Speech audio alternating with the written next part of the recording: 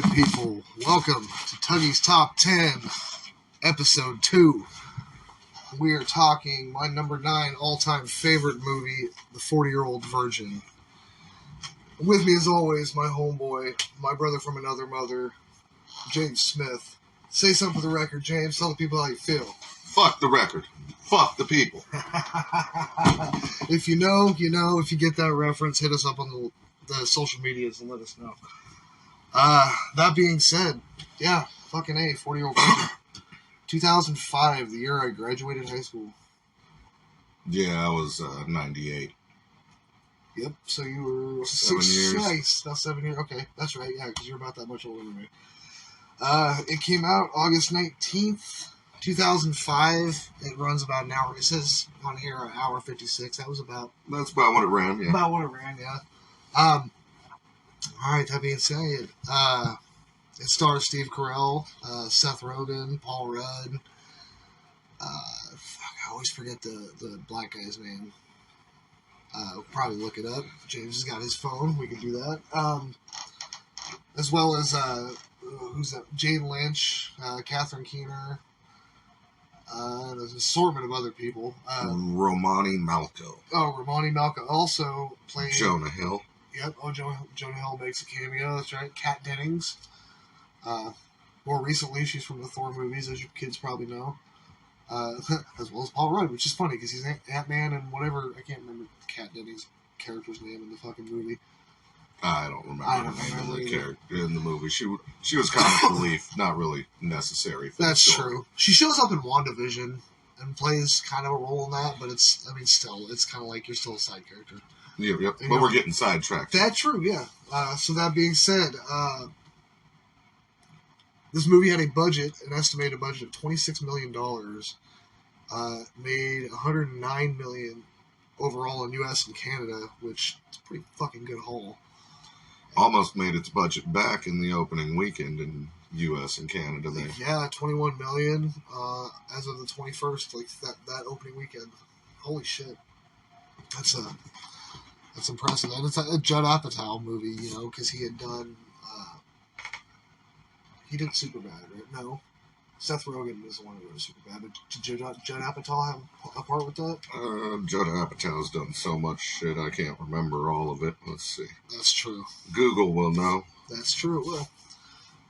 Overall, it made $177 million plus worldwide, so it's definitely a financial success. He was involved in Superbad. Okay, that's what I figured. Yeah, he's done those type of movies. So many movies. Yeah. All right. That being said, it's trivia time. So, as this is a top 10 podcast, as I said before, I went on IMDb and I just snagged the top 10 trivia, or the first 10 trivia facts, trivia blobs that I could find on there. And we're going to go through them now. So, here we go. Number 1, the scene where Andy... we were talking about this earlier, where he has his chest hair removed, required 5 cameras set up for the shot. Steve Carell's chest hair was actually ripped out in the scene. Carell had told director Judd Apatow just before shooting the scene, "It has to be real. It won't be as funny if it's mocked up or if it's special effect. You have to see that this is really happening." For obvious reasons, the scene had to be done in one shot. Yeah. So, Paul Rudd was just loving watching Steve Carell get... tortured in that scene. Yeah, they were fucking... Even Seth Rogen, you can see, was losing his shit. Like, they were fucking... Dude, the guy's got such... You could see how red his hair was, and then we talk about later when he's walking through the streets, he's just fucking bleeding through his shirt. Like, yeah. Oh my god. That's... Good on Steve Carell for doing that, because damn. Number 2... The entire "You Know How I Know You're Gay" scene was improvised by Paul Rudd and Seth Rogen, which is funny because then the one dude comes back at the end when he's hugging Jay says, I know you two are gay. And I'm like, oh, so is that just like a running joke throughout the Smart Tech companies? Like, I guess so. I would guess that the actors actually probably did that to each other all throughout filming.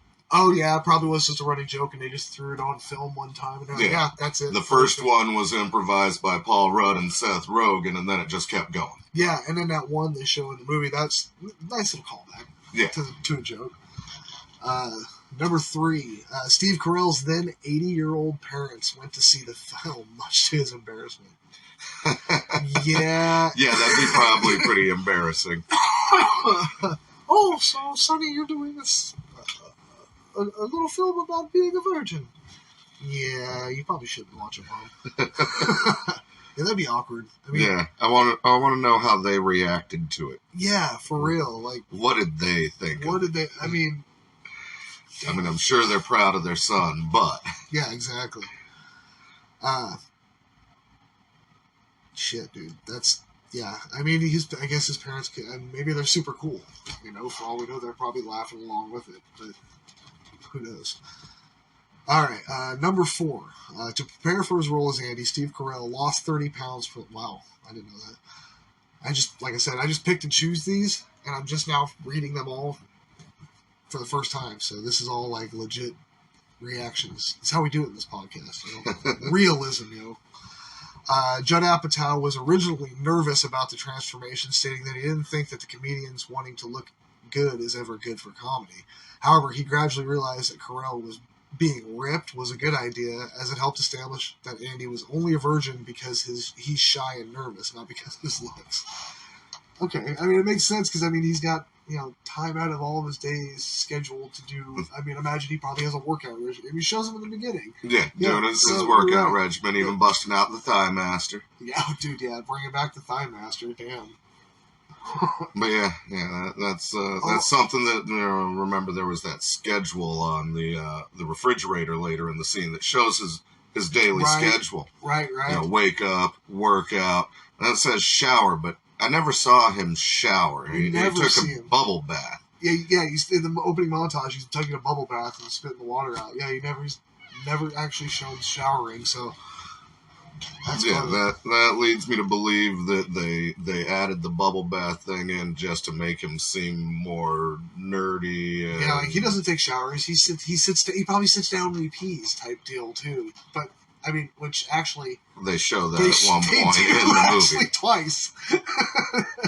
Because I mistook one for the other, thinking it was in the unrated, but they were both in the same. All right, yeah, baby, come on in. We got a visit from my daughter. Yes, sweetie? I need a snack. Go ahead and grab a snack, whatever you want out of the fridge. All right.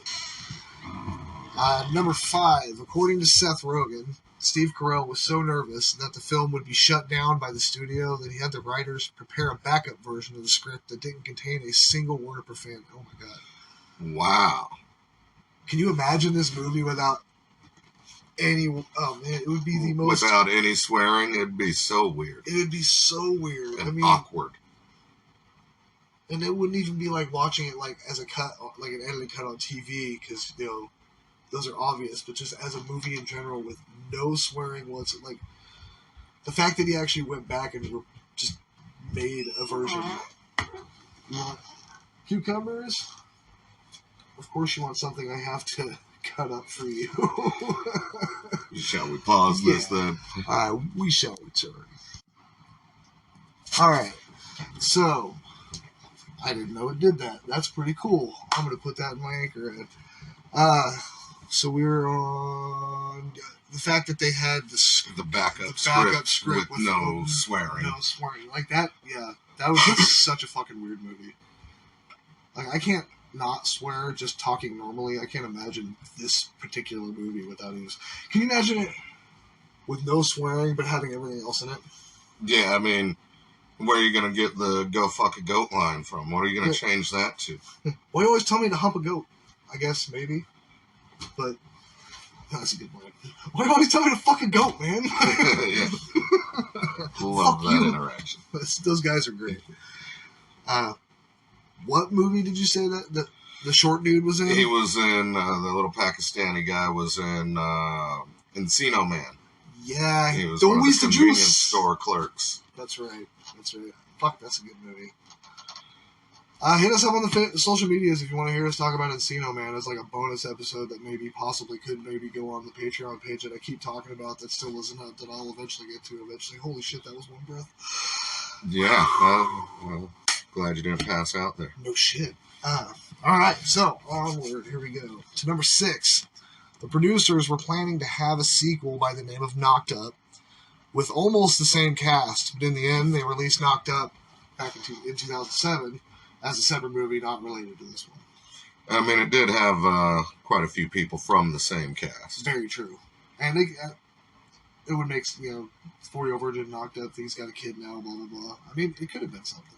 But, I don't know, did you see Knocked Up? Did you like Knocked Up? It was okay. It was alright. It had some funny moments in it. But yeah, I mean, it had Paul Rudd, it had Seth Rogen. Jay Baruchel. It had, I'm talking from this movie. Oh, from this movie, you're right, yeah. Paul Rudd, Seth Rogen. It had the drunk chick driving the car. She was in it. Leslie Mann. Yeah. Yep, that's right. Yeah, I had a bunch. Oh, yeah. Oh, yeah, because then they later on went on and did the This Is 40 spinoff, Paul Rudd and Leslie Mann, which is the unofficial sequel to Knocked Up, is what they called it, which would have been, I guess, maybe a trilogy in this movie. And that could have, like, what if kind of world. Like, that could have been if they had stuck with the idea, yeah. Damn, that would have been crazy. All right, so on to number 7. Lucky number 7. When Catherine Keener was cast, Steve Carell told Judd Apatow that her casting had legitimized the film's credibility. I'm probably going to feel... I mean, okay, I've always said that these movies, I don't know dick about what I'm really talking about, just a fan. Who the fuck is Catherine Keener? I'm pretty sure she's she's uber familiar. The main... She's the main lady. I know she's that lady. But it's like, I can't think of a goddamn thing I've ever seen her in. And I feel like... Being John Malkovich. Okay. That's a great movie that has her in it. That makes sense. She's the really... For some reason... Really twisted woman in that movie. I remember when first watching this, I kept thinking for some reason she was the chick who played Princess Vespa in Spaceballs. Nope. But I was like, no, that's not the same chick. So I was like, maybe timelines maybe line up. No, like, not even the same person. Yeah, Princess Vespa in Spaceballs. I'm pretty sure. Message us if you'd like us to talk about Spaceballs. I mean, that's a great fucking flick. My wife actually told me she liked that movie. I love my wife. She's awesome. Daphne Zuniga's Princess Vespa. Oh, okay. Yeah, definitely not the same lady. All right, number 8. The counselor at the health clinic where Andy takes Marla is played by Steve Carell's real-life wife. Oh, I didn't know that they were actually married. Nancy Carell. Oh, nice. Oh, wow. So the lady that's like, is that a real question? Is that a real question? Okay, okay. I wonder if they're still together. Interesting. Well, good for him. That's cool. A little bit of nepotism, I guess, maybe. Not really. Anyway, number 9. Judd Apatow had a part written for Jason Segel. Is that how you say it? Yeah. Segel, okay. With the character named Jason, but Apatow could not get the studio to approve his casting. Apatow advised Segel, because of his unique brand of humor, to consider writing material for himself. Thus, Segel wrote Forgetting Sarah Marshall, which Apatow served as one of the producers. Oh, nice. Okay, so that's how that whole thing... That's how we got Jason Segel as such a well-known star. That movie did, yeah. He pretty much like put him out, and then like he was doing How I Met Your Mother shortly after, and like a few other things. All right, cool. And number 10, the We Sell Your Stuff on eBay store was a real store. It was written into the script after the location was chosen. Oh, nice. So there was actually a store in that location with that. Yeah. And they're like, okay, that's where she works. Yeah, I need to ask my wife about that because she told me she remembers seeing the store that they sold, that block that they filmed the Smart Tech, the outside, film scenes of it. She knows where that's at, and then his apartment also. She knows like that's close to like where she lived near there. Yeah, she lived there, like Burbank and that kind of areas where they filmed it. Which it's funny because do they even like really mention like where they're at in this movie?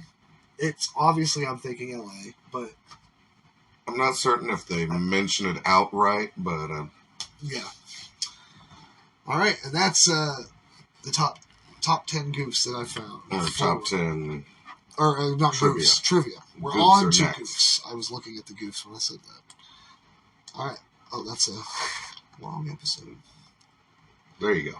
There we go. Alright, now it's goofs time. Where I did the same thing as the trivia. I took the top 10, the first 10 goofs I could find on IMDb, and I copied and pasted them. I threw them on here, and I'm going to read them for the first time. Alright, number 1. In the theatrical release, when Andy and Cal carry the woman's television to her vehicle, we were talking about this one earlier, too. Yes. They don't drop it. They did in the extended scene on the unrated DVD, yet when they place it into her vehicle, you can still hear the tinkle of glass from where they dropped it in the extended scene. Yes, and it also explains why the woman looks so afraid. Just like, hurry up. She was so, like, from one moment, she was just kind of like, yeah, whatever, and all of a sudden, she's like, I want to get out of here, thank you, bye. Yeah, we noticed that one while watching. We actually watched the theatrical release today, not the unrated. the extended unrated. Yep. Alright, so number 2. On the Michael McDonald soundstage DVD, the song Take Me in Your Arms is being played in the background on the store entertainment system. It shows clips of Tom Johnston singing along and playing the tambourine.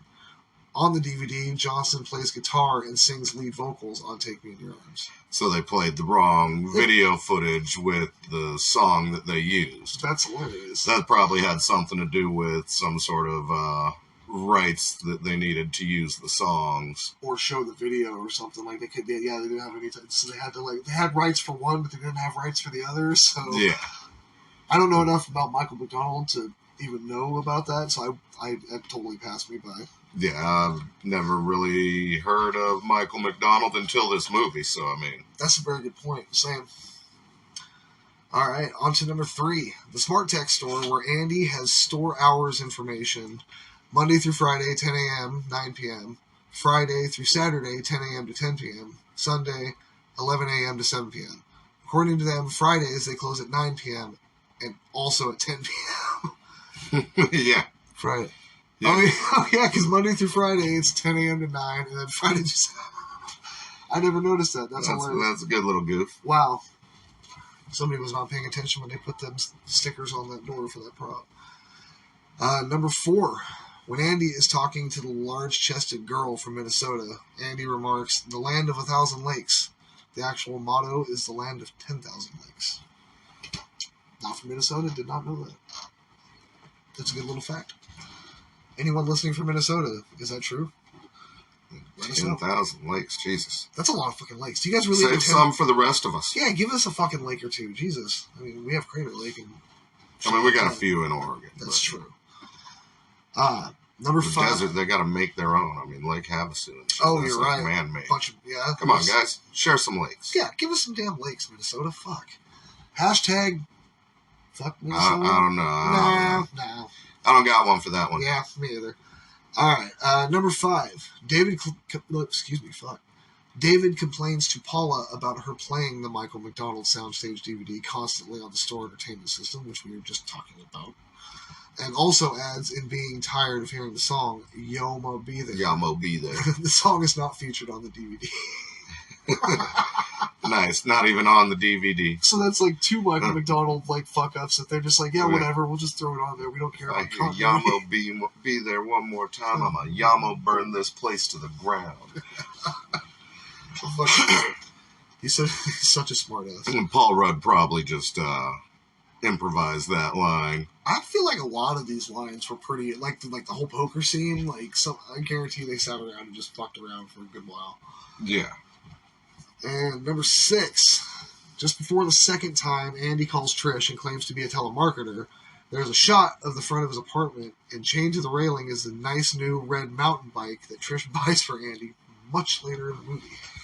Yeah, that is a pretty good goof there. A pretty decent goof. I didn't notice that one at all, but that's pretty funny. Next time I watch it, I'm going to have to look for that. Lucky number 7. When Andy gets in bed and goes to sleep, his blanket is one color. When he wakes up the next morning, it's a different color. He gets in bed and goes to sleep a few times in this movie, so which one do you... Yeah, which time? Yeah. See, that's what I'm talking about. I just copy-paste these and don't read them beforehand. Let us know which time, people. Yeah, if you know which time they're talking about, let us know. I didn't spot that one. I did not either. I'll wait for him to come in here. Come in here! My daughter again. Yeah, so we are on number 10, right? No. No, 9? Oh, wait. We're at number 8. You're right. Okay. That being said, number 8. In the consummation scene at the end of the movie, when Andy is shown after the 1-minute marker, his chest hair is still very spotty. We pointed that out too. That's funny. Still very spotty and thick. However, after 2 hours of apparently exhausting sex, he rolls off and his chest hair is nice and even. Almost as if it's brushed that way. Yeah, it almost looked like they were just trying to, cover up the bald spots. Yeah, they kind of probably just put some fake hair up there and made it look like it was good. I did notice that it looked like it was growing back. Yeah. So. Interesting. Could have been growing back naturally. Who knows how quick that man grows chest hair. I mean, with the amount of chest hair that dude's got, yeah, no shit. Number 9. When Andy chats with Trish at We Sell It on eBay, the lamp illuminating Trish's face changes positions. Missed that? Definitely missed that. Very small detail. Definitely missed that one. Alright, well, not much to talk about the lamp then. Yeah, I mean, the only thing that really struck me really cool about the We Sell It on eBay is the Jonah Hill cameo with the goldfish boots and I don't know why you're making this so hard. I just want to buy these shoes and take them home so I can wear them. Right? Yeah, exactly. That's fucking funny. Yeah, no, that was definitely the best scene. And Jonah, I don't think I even knew Jonah. Again, like I said, this is one of the first. I never watched Superbad before when it first came out and shit like that, and other Judd Apatow's, but I got into this movie for whatever fucking reason. And obviously, it's my number 9 favorite movie of all time, so it's up there for a reason. And that we are on to number 10. Which you actually pointed this one out when we were watching it. Oh, interesting. When Nikki vomits all over Andy, not much lands on his shirt, but in the next shot, there is vomit on there. Yeah, that's kind of like what I said, but what I noticed is when it's all over one side of his face instead of the center of his face. Exactly. Like when she first initially pukes on him, he's staring at her, and it's like right all over, and it gets on his shirt. And then when it comes back and it's only on back, one half of his face. Like he was like just standing there, and it's a lot more thick and gnarly looking than the first initial puke. So there was another goof in that scene though too, because when she's driving the car all drunk, she bounces off a bunch of cars, and her passenger side mirror falls off. Oh, right. And then in the next scene, they show the car without any damage on the passenger side and the mirror there. Yeah. Then they cut to another scene, and all of a sudden the passenger side's banged up and the mirror's gone. Yep. Yeah, that was fucking continuity, people. Come on, it can't be that hard. I mean, you've had since, Eddie Murphy in Beverly Hills Cop 3 puts the siren up on the car, turns the corner, the siren's gone, then next scene, the siren's back up on the car again. I mean, come on. I guess I was watching some video, and I guess there's some Clint Eastwood movie that he put out recently. These people come into this lady's house, like, it's a bunch of, FBI people coming in for some reason to, give someone effects who died. And so the layout of this house, you could tell, it's just here's the door, and then as the people are coming in, the FBI people are coming in, they go into the kitchen, and there's at least 15 of these motherfuckers walking in the house, and they all go into the kitchen, and they just disappear. There's an obvious no way out. They just all cram into the kitchen, and they don't leave the house, but they're gone. What the fuck? If you know what movie I'm talking about, let us know. And that's Goofs, folks. So that takes us to... Yeah, I didn't notice any other goofs, really, in that. I was watching, too. I was hoping to see some goofs on Seth Rogen's tattoo work, but nope, it was always the same every time. It was pretty good. Let's see. I guess when Seth Rogen and Paul Rudd are playing video games. Ah, yeah. They're playing Mortal Kombat, I think Deception, or one of those ones that was on the PS2. And the Xbox, wasn't And the it? Xbox, I believe. It was Xbox 360. Or But probably Seth the first Rogen's Xbox. playing with an N64 controller. Yeah, and it's clearly like not even like a Nintendo brand; it's an off-brand. But you can tell, you can see the C-pads. If you're a gamer, you know what we're talking about. You can see the C-pads. He's holding the middle section. Yeah, you know. Yeah, that was the scene though with the improvised. You know how I know you're gay scene. That's right. My favorite one is, you know how I know you're gay. And he goes, how? He says, because I saw you make a sourdough bread loaf, or I saw you make a spinach dip and a loaf of sourdough bread once. Fuck, I'm stoned. You're welcome. Yes, thank you, James. All right, and well, that brings us to the fun little game that I stole from Adam Blank and the Remember the Game podcast. Listen to that podcast if you like retro games. It's fucking badass. Watch one, remake one, erase one. Last time we did it, we talked about The Empire Strikes Back, and that was the bad guys winning type deal. We had a little, well, you listen to the episode, you know what we talked about. We had one of our friends, Connell, comment on the last episode. This one, we don't have any. No comments this week. No comments this week. It's That's all fine. good. We're starting out, you know, whatever. So, I'm going to present it to James, and I'm going to tell him what I would think I would do.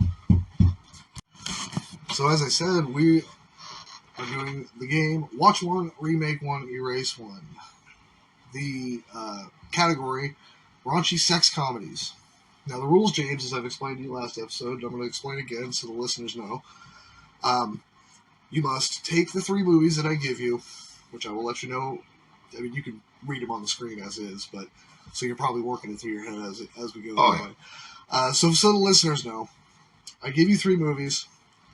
Your deal is to watch one as it is, remake one, and erase one completely from space and time as it never existed ever.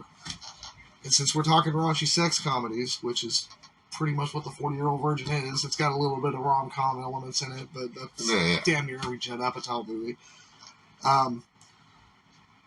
Here we go. So we got Porky's, really old school fucking movie. We got American Pie, which had come out in 98. So like something like that. Porky's was in the fucking 70s. I think Porky's was the 70s. 70s, I think. I remember watching it as a child in the 80s. And parents didn't give a shit what you watched in the 80s. Dude, I grew up on RoboCop, where it's got one of the most brutal fucking death scenes in any movie ever, and it shows Porky's is 81. 81, okay, so. It was made when I was 1 year old. You were a year, I wasn't even fucking an inch of my daddy's pants yet. So there we go. Porky's is 81. American Pie, I believe, is 98. And then Zack and Miri Make a Porno. What are you thinking, James? So, watch one. I'm going to go with American Pie. Because it turned into such a massive franchise. Launched so many different careers. Yeah. Gave us so much that is part of pop culture to this day, like, you know, the term MILF, and, you know, yep. The phrase, this one time at band camp. Oh, you can't say that around anybody, and if they don't, okay, let me rephrase that. If you say that around anyone, and they don't fucking say, you know the goddamn line, unfriend them, get them out of your life, you don't need those negative people there. But yeah, you can't, that's an iconic line. It launched, I mean, Jason Biggs' career fucking shot. Sean William Scott shot up. They fucking did so many people. Yeah, that's a good reason. I like that. I mean, it was a decent vehicle for Tara Reid. I mean, you can't use her in much else. Very true. Very true. I mean, she did what? Van Wilder, and then like. I mean, Big Lebowski. Big Lebowski. She was in the Underworld. What the fuck was it called? Urban Legend. That really horrible fucking Scream ripoff movie. As were a lot of those slasher movies after Scream. But yeah, American Pie is the one I would watch. Okay. Because, you know, it's added to pop culture in a massive way. Yeah. it should be up there in the library or the book of whatever they put the movies in. It should be up there in that place. Remake, I'm going to go with Porky's, just because there's so much nostalgia for me watching that as a youth. And there's a lot that they could get away with nowadays. That they couldn't back then. That they couldn't back then, but even for Porky's back then, they got away with a lot of shit. Like, the dick through the whole scene, and the gym teacher grabbing it, and all that, just, damn. But yeah, remake that one because there's so much that could be done with it. Yep. And unfortunately, when it comes to erase, I gotta erase Zack and Miri Make a Porno because, I mean, yeah, it's an okay flick, but I mean, it's not one that you go out of your way to watch all the time. It's one that if it's on, you're like, yeah, sure, I'll watch it. For sure. But it's, it didn't add to pop culture in the way these other two did. Yeah, agreed. So sorry, Kevin Smith. I still love your films, though. Yeah, love them. I'm going to see you on September 28th, hopefully in Salem. That being said, all right, cool. So you heard James. He would watch American Pie because it's just a great fucking flick. Remake Porky's, which I think is a great goddamn idea. And Zack and Miri, bye-bye-bye-bye. See you later. Sorry, again, Kevin Smith, what's your movies going by? I loved it. I love American Pie. I love Porky's. And I know it's bad fucking radio, as they say, but I'm going to have to go ahead and agree with James and say the same thing. American Pie is great. I grew up on that movie. I remember when it first came out. Yeah, I would. That's, like I said, bad radio, but I don't have to agree with you. That makes sense. American Pie, Porky's remake, Zack and Miri, bye-bye-bye, like I said. And that'll do it for Watch One, Remake One, Erase One. Yeah, we should let people know what the next Watch One, Remake One, Erase One is for the next episode. That's true. I'll challenge my cousin Mitchell, who's listening to this, to leave us something on the social media so we can hell yeah. Make him explain himself. Yeah, absolutely. That'd be awesome. Yeah, and like I said, if you're listening, you want to fucking get your thing heard, play the game, comment, let us know what you think. That being said, the next episode, before we get into a little bit more of an impromptu talk about 40-Year-Old Virgin, as we did with the last episode, I'm pretty sure this is just going to be our format until, we decide to get better. We'll figure something else out that works. We're going to be talking about, in episode 3, my number 8 all-time favorite movie. We're sticking with the kind of raunchy comedies. This one's not so much a raunchy sex comedy. This is more of a raunchy stoner comedy. And we are talking Grandma's Boy. And, that's going to be a fun one. And I don't have 3 movies set up right now. So, James, what do you think 3 stoner movies that we could use to remake? To watch one, remake one, and erase one. All right, so let's go with, got to go with the classic Cheech and Chong, Up in Smoke is one of them. I was thinking that, too. Then probably Half Baked. Perfect. And what is it? Freaking high school movie, Matthew McConaughey. Dazed and Confused. Yeah, perfect. That one. That has to be on there. All right, there you have it, folks. Those will be the 3 we watch, remake, or erase. And look out for the social medias. I'll make the post. But yeah, so Cheech and Chong, Up in Smoke, Half Baked, and Dazed and Confused. Get your stoner brains rolling and let us know what you think. That being said, we're just going to get into the impromptu talk and chat a bit more about this fucking funny-ass movie. This introduced me to Steve Carell.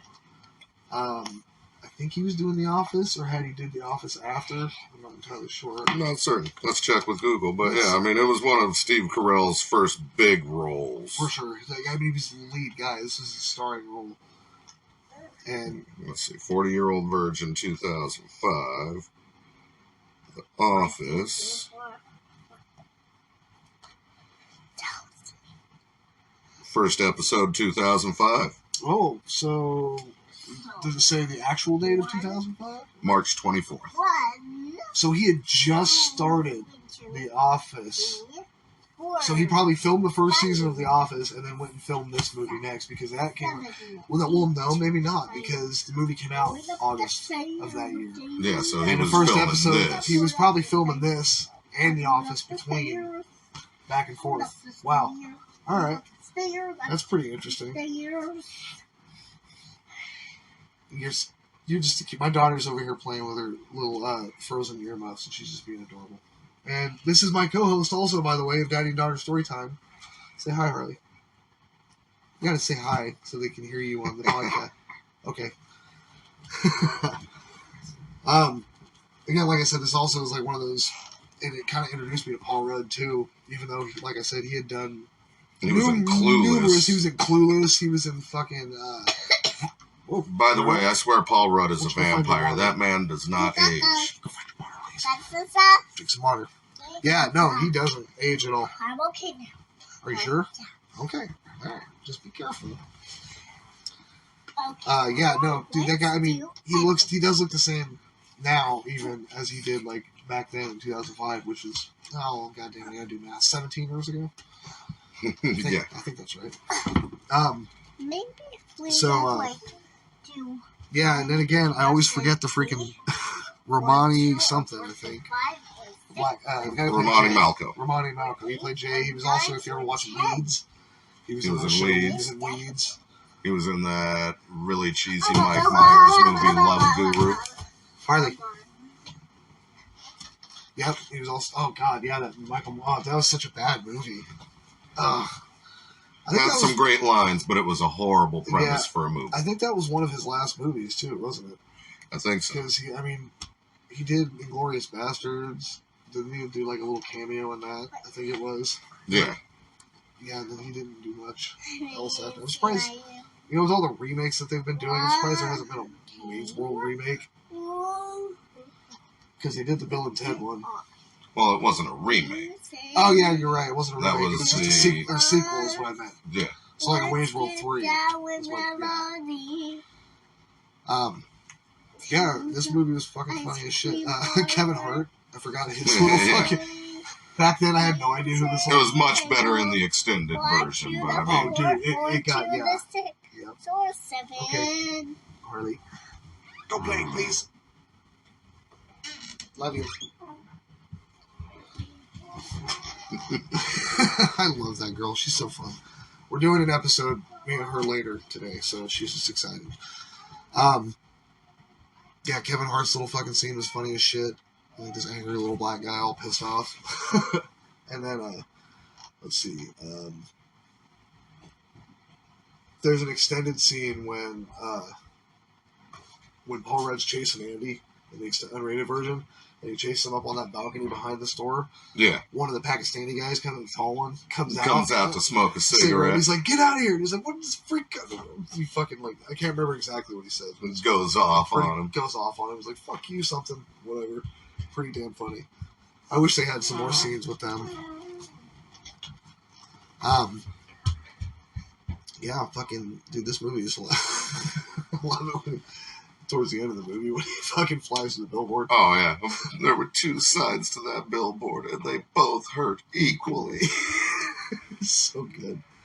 Yeah, another thing about this movie, those of you that have worked in the service industry would know that in the bar scene where they've got all those lava lamps sitting around on those tall top tables, yeah, that ain't ever happening in real life. Yeah, I don't give a shit what fucking club in LA you're in. No, they ain't doing shit like that. But yeah, not happening. Those lava lamps are not going to be anywhere any customer can brush up against them or knock them over. I mean, again, like you said, it's just a hazard. Fucking burning hazard, fucking glass breakage hazard. Like, who knows what that fucking lava shit is? Like, I mean, you got drunk people around. Yeah, you're not putting a fire hazard where they can reach it. Nope. Yeah, bad idea. Bad idea. That whole scene was pretty funny. I like it when he gets super fucking drunk. And he starts going off on Seth Rogen. He's like, "Oh, fuck you, man! No, I'm sorry. You're cool." I'm like, I've totally been there. Oh, yeah. I've been that drunk. Oh, I've seen you far worse. Very true. Very, very true. There's a reason I don't drink anymore. There's a reason I smoke copious amounts of marijuana. And no more alcohol. Yeah, you don't want to wake up on the floor of the old John Henry's on Broadway in Eugene with your arm in the toilet. Yep. Yeah, bad idea. Not fun. Those who know, you know. Oh, man. Hashtag, it's not Carl in the picture, I swear. He was the first one I sent it to. Every time that picture comes up on the internet, people are like, is that you, Carl? Yep. I saw it, probably sometime. Oh, it was this month, actually, that it happened. It was like June 11th or something like that. It came up, and I was like, oh, wow, this is the anniversary. It was like fucking, I don't even remember how long ago. Too long ago. Holy crap, that was just, don't drink a lot of alcohol in excess, children. Just drink moderately like they tell you on the commercial. Or if you do it at home, so you can puke in peace. And not all over the bar after taking your last tequila shot. From what I've been told, I remember none of this. I just remember Brooklyn apparently saying, God damn it, Tugman. Alright, and now we're sidetracking again. So yeah, fucking 40-year-old virgin. Yeah. Anything else you want to talk about? No, not really. I think we've covered just about everything you really can with this movie. Very true. Pretty on the nose, pretty funny. It's your basic raunchy comedy. I mean, you've seen the unrated, right?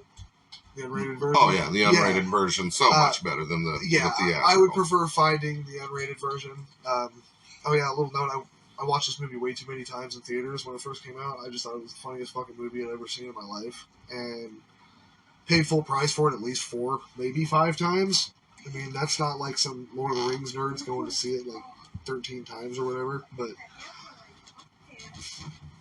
shout out to anyone who gets that reference. But yeah, no, I think you're right. I don't think there's really much we can say much about Andy Dufresne. Not Andy Dufresne, because we're not talking about Shawshank, buddy. Fuck. Maybe we should. Hey, you want us to talk about Shawshank? We'll talk about Shawshank. Let us know. Yeah, fuck. Alright, I think we're done. I think we are done for the day. Alrighty. Yeah, hit us up on the social media. Tuggy's Top 10 Podcast on Facebook. Hit us up on Twitter. At BTugmanTalk10 is the official, my Twitter, the official Twitter of Tuggy's Top 10. I believe James also has a Twitter you can hit him up on if you would like to. Yeah, what the hell is my Twitter? I hardly ever use Twitter. Right? But, let's see. You can also get him on Facebook, too. Me as well. What is it? How do I find out what my Twitter is? There we go. It's just a whole bunch of numbers. It's at JamesSM138588652. I feel like a prisoner. There you go. All right, folks. Yeah, let us know. Play the game. Hit us up. Keep an eye on the social medias. I'll put up that Watch One Remake, One Erase One, and we'll fucking talk to you guys again next week when we get to talk about Grandma's Boy, the movie that made me respect Alan Covert as an actor. It's a good movie. And you'll get to hear more about that next episode. All right. Peace, folks. Peace.